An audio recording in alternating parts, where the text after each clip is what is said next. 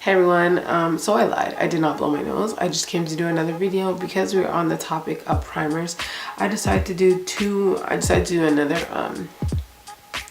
another review just because I have been looking for a primer for the longest time, as I said in my last video. And I think that I did find my perfect primer for my skin type. If you want to check that out and know what that is, go look at my last video. But another really good primer that I've been using is the Hourlass primer. Again, this is like the little version to the big one. And as you can see, it is almost done. Like, this primer is almost done.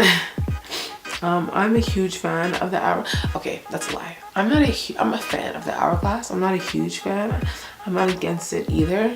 When I initially got this, someone told me that this was the best primer ever. You're never gonna look back.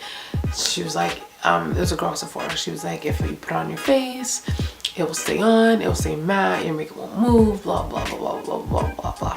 So she was completely upselling and definitely got me to purchase this.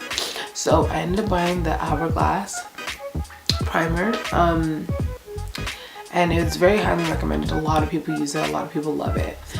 I'm not saying I don't love it, but it's not my favorite.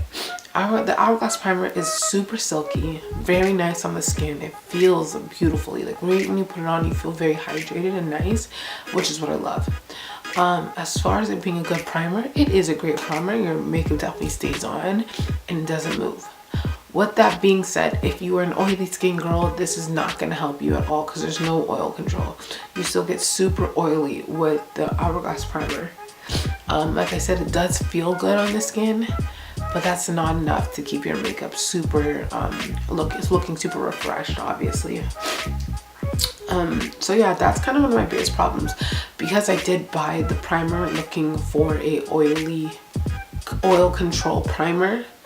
Like, it does not do what I want it to do, which is why I purchased it. So that's kind of a negative side, but all in all, as a good primer, it's a really nice primer.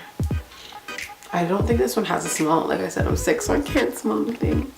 But I'm gonna go ahead and put it on so you guys can see. Rub it in. Yeah, like, I don't know, as you can see, you really gotta rub it in. It doesn't just deep. It doesn't just go into the skin, but once you rub it in, it feels so nice. Like, it feels so soft. I really, really like the formula of it. Yeah, there's no smell. It feels so soft. Like, it just feels like silk. Like, literally just melts into your skin. It feels so nice. But yeah, this, as you can see, it's matte, but it won't stay matte, obviously. And so yeah, that's a downside to it. Again, this is the smaller size and it was so expensive. These little, like, not testers, but the mini versions are still 30-40 bucks. So I would definitely just go with the bigger one. Like, I got the mini one because I wanted to try it out and I would see how it went. And I'm happy I got the mini one because I wouldn't be purchasing the big one.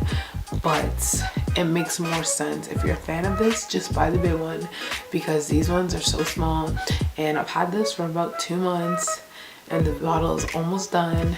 And 2 months is not a long time. And I don't use primer every day either. So yeah, I'll definitely go with the bigger one just because it just makes more sense if you're, like, thinking about money and stuff. What else about this primer? I like the bottle. I think the bottle's cute. I love the formula. Like I said, there's no scent. I talked about price. It's expensive. As far as oily skin, it's a no. But as far as a good primer altogether, yes, it definitely, your makeup will stay on. It won't move. It does not help with creasing, so I still got creases everywhere. Yeah. The only downside is I still got oily. It didn't contradict my oil at all. It was very, very prominent. So yeah, that is my review on the Hourlass primer.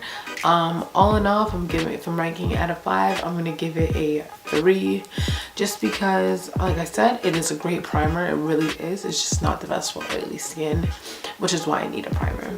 And Other than that, it does everything really well. It's not heavy, it's very silky and very smooth. Keeps your skin feeling nice. It's very hydrating. Does give you a dewy after effect, so if you want that, it's a great thing to have.